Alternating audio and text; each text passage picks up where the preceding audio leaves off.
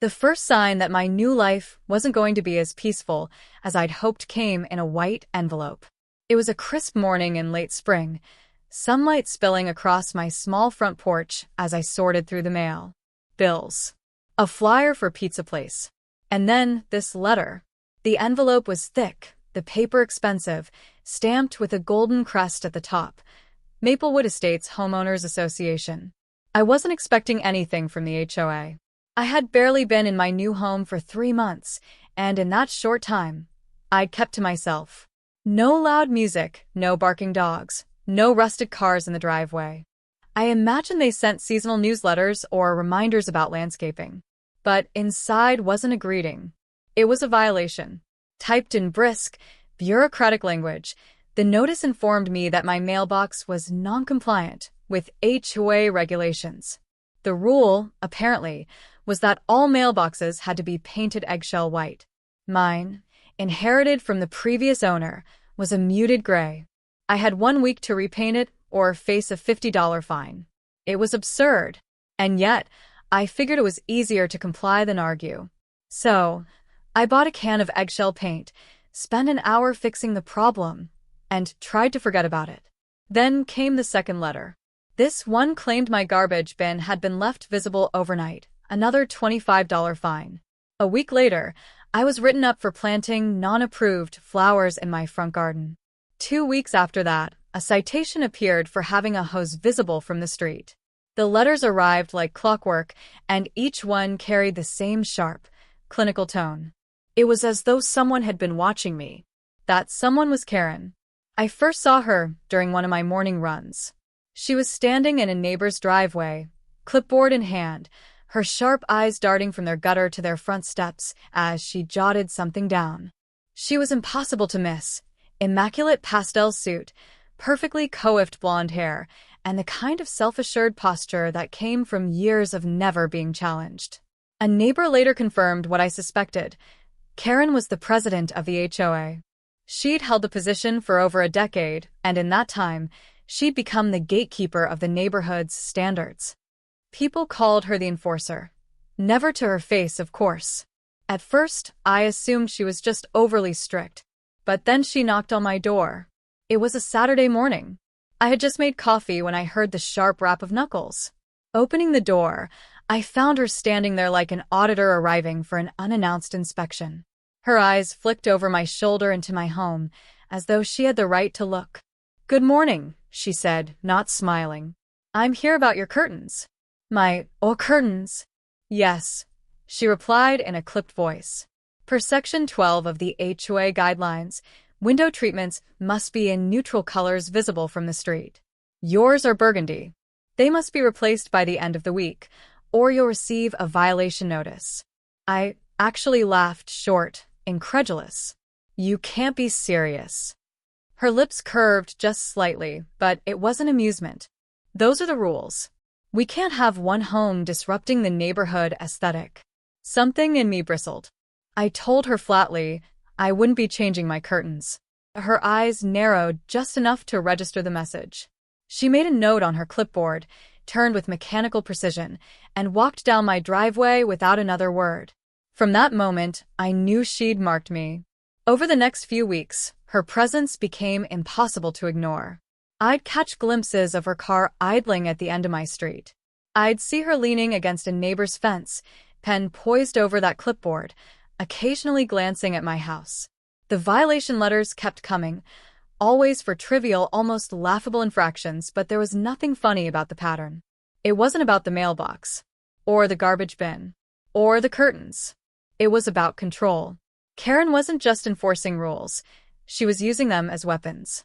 And for reasons I couldn't yet guess, she had decided I was her next target.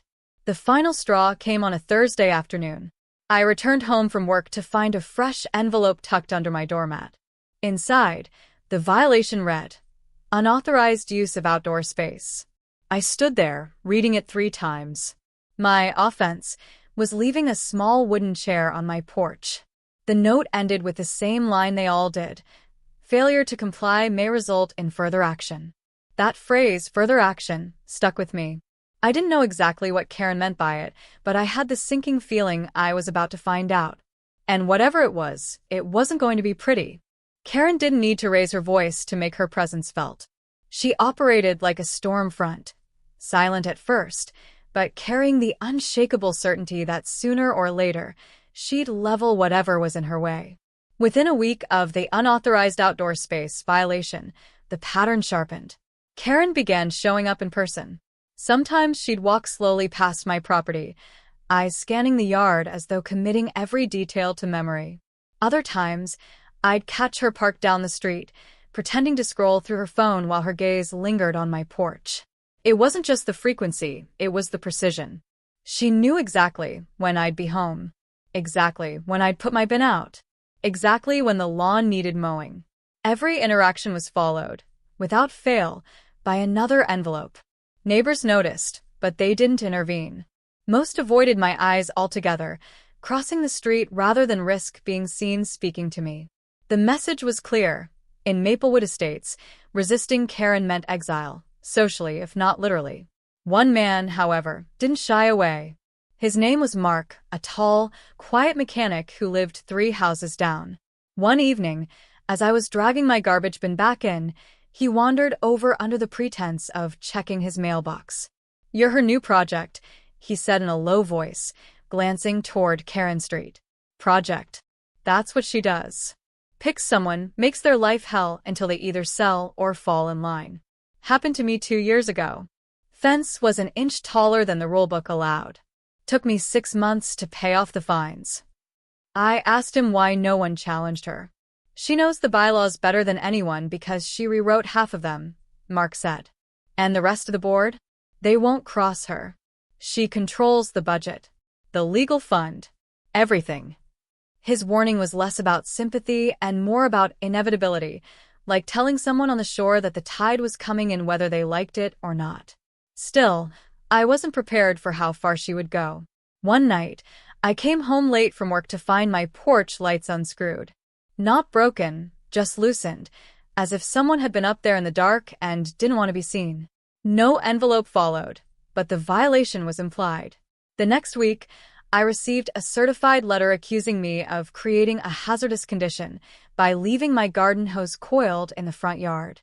It was a stretch even by Karen standards, but the letter ended with that same chilling phrase, "Failure to comply may result in further action." The phrase felt heavier now, as though the words themselves had been sharpened. Then came the fire. It was a warm night, the kind where the air sits heavy and still. I had just drifted off to sleep when a faint, acrid smell pulled me awake. At first, I thought it was a neighbor's barbecue, until I heard the faint crackle, the subtle pop of wood splintering under heat. I pulled back the curtain. The porch was glowing, an orange, writhing light that didn't belong there. For a split second, my mind refused to connect the pieces. Then the heat hit the glass, and everything snapped into place. I called 911, voice shaking, and stumbled barefoot onto the lawn as flames clawed up the wooden columns.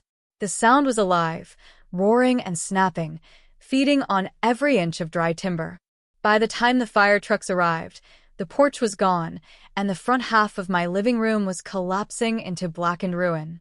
The fire chief was a heavy-set man with soot-streaked cheeks. He walked me away from the scene and spoke in the even tone of someone who had done this 100 times. "This wasn't electrical," he said. "Started outside under the porch steps. We found traces of accelerant. Somebody lit this on purpose." I didn't say her name out loud. I didn't have to. The police took a report, asked questions, promised to investigate. But without witnesses or security footage, their optimism was paper-thin. By the time I was allowed back to see what was left, the neighborhood had gathered at the edges of their lawns. They stood in small clusters, whispering. And among them, centered like a queen among pawns, was Karen. She approached slowly, clipboard in hand, as if this were just another inspection. "I heard about the fire," she said, her voice perfectly balanced between pity and condescension. "Such a tragedy. I do hope you had adequate insurance." It wasn't the words that stayed with me.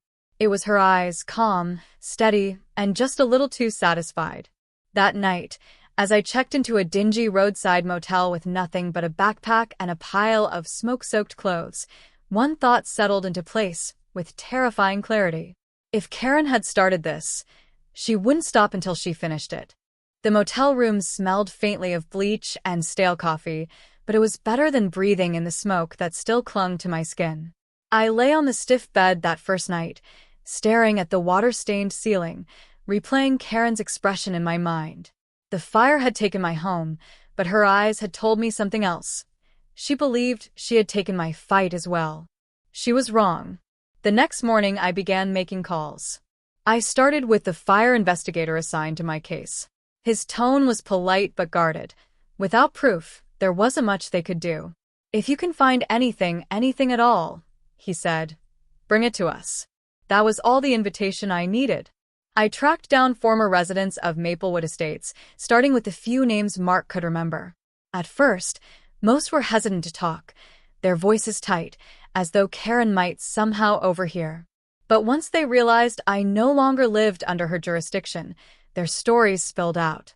A couple who'd once owned the blue house at the corner told me Karen had fined them for a wind chime, claiming it violated the noise disturbance clause. When they refused to take it down, their mailbox was smashed in the night. They moved within 6 months. Another man described how his car tires were slashed days after he contested a landscaping violation. It was the same pattern, over and over.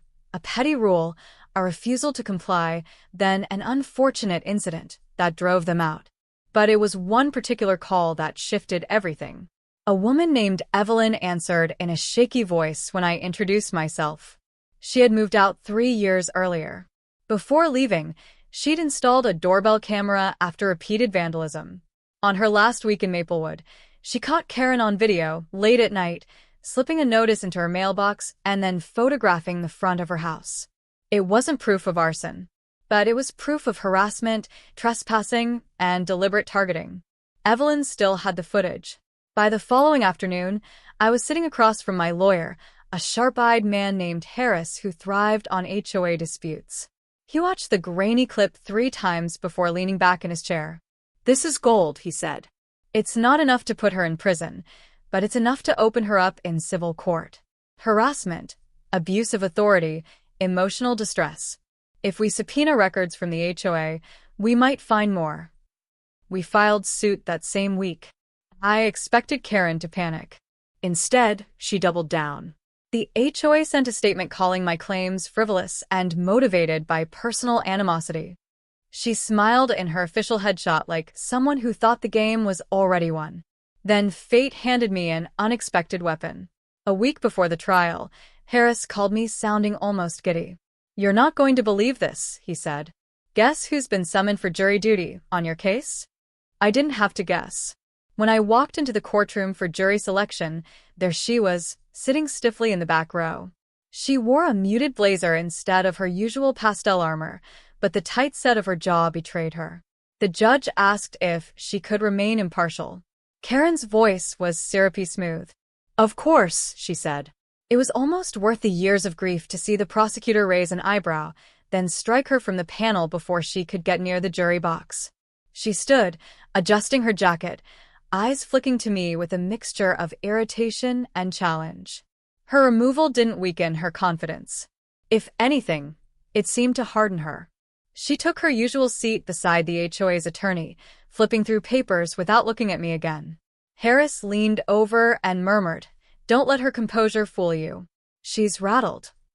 For the first time since the fire, I believed him. Over the next few days, we prepared. Every violation notice, every witness statement, every piece of HOA correspondence was laid out in careful order. My lawyer's office looked like the war room of a siege. Mark agreed to testify about her surveillance habits. Evelyn was willing to appear in person with the doorbell footage. The other former residents would call in via video. Each piece was a brick in the wall I intended to build, one strong enough to trap Karen inside the image she'd tried to hide, not a guardian of neighborhood standards, but a tyrant who burned lives to keep her throne. When the first day of trial arrived, I walked into that courtroom no longer as a victim, but as someone holding the match. And if Karen thought she could outmaneuver me this time, She was about to learn she wasn't the only one who knew how to play with fire.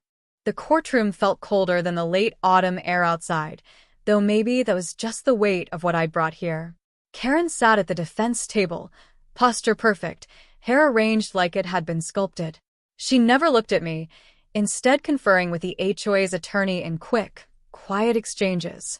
When the trial began, their strategy was clear: deny, deflect, and bury the jury in policy jargon.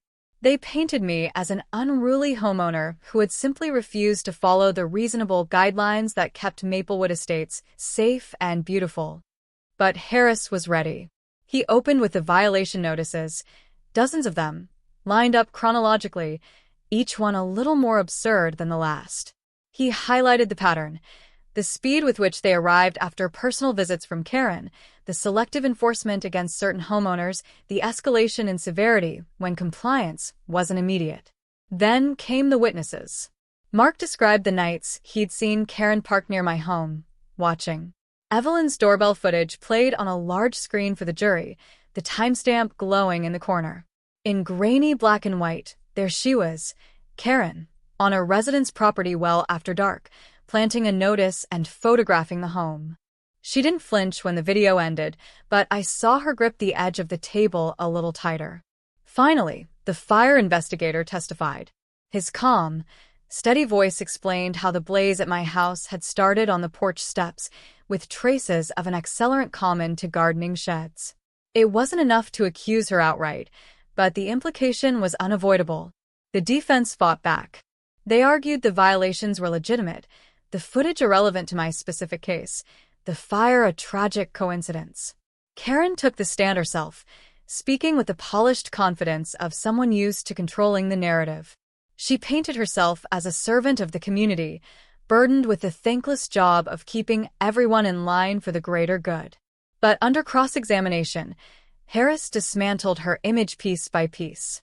"Mrs. Caldwell," he began, his tone polite but firm, "can you explain why the majority of violations over the past 5 years were issued to less than 10% of the neighborhood?" "I enforce the rules where I see violations," she said smoothly. "And yet," Harris continued, holding up a spreadsheet, "when we compare your inspection reports to independent photographs of the neighborhood, we find similar infractions at other properties that went unpunished. Care to explain the discrepancy?" Her jaw tightened. Those cases were addressed verbally. "Convenient," Harris said, letting the word hang. When closing arguments came, Harris made the stakes clear. "This isn't about a mailbox or curtains or a chair on a porch," he told the jury. "This is about a person who used the power of her position to target, intimidate, and drive people from their homes. My client lost everything, not because he broke the rules, but because he refused to bow to a tyrant hiding behind them." The jury deliberated for less than 3 hours. When they returned, the foreman read the verdict, in my favor. The HOA, and by extension, Karen, was ordered to pay substantial damages for harassment, abuse of authority, and emotional distress. It wasn't enough to rebuild my home brick for brick, but it was enough to start over somewhere she would never reach. Karen's mask cracked for the briefest moment, a flicker of disbelief, quickly smothered. She stood stiffly, collected her papers, and left without a word. 2 months later, I heard from Mark. The HOA had held an emergency vote. Karen was out as president, replaced by a quieter, more conciliatory board member. The neighborhood, he said, already felt different. People were planting whatever flowers they wanted.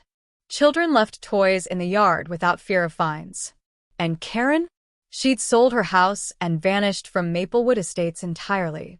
I used my settlement to buy a modest home 2 towns over, one without an HOA. My new neighbors wave when they pass, and no one cares what color my curtains are. On quiet evenings, I sit on my porch, the same kind of porch she destroyed, and watch the sun dip below the trees.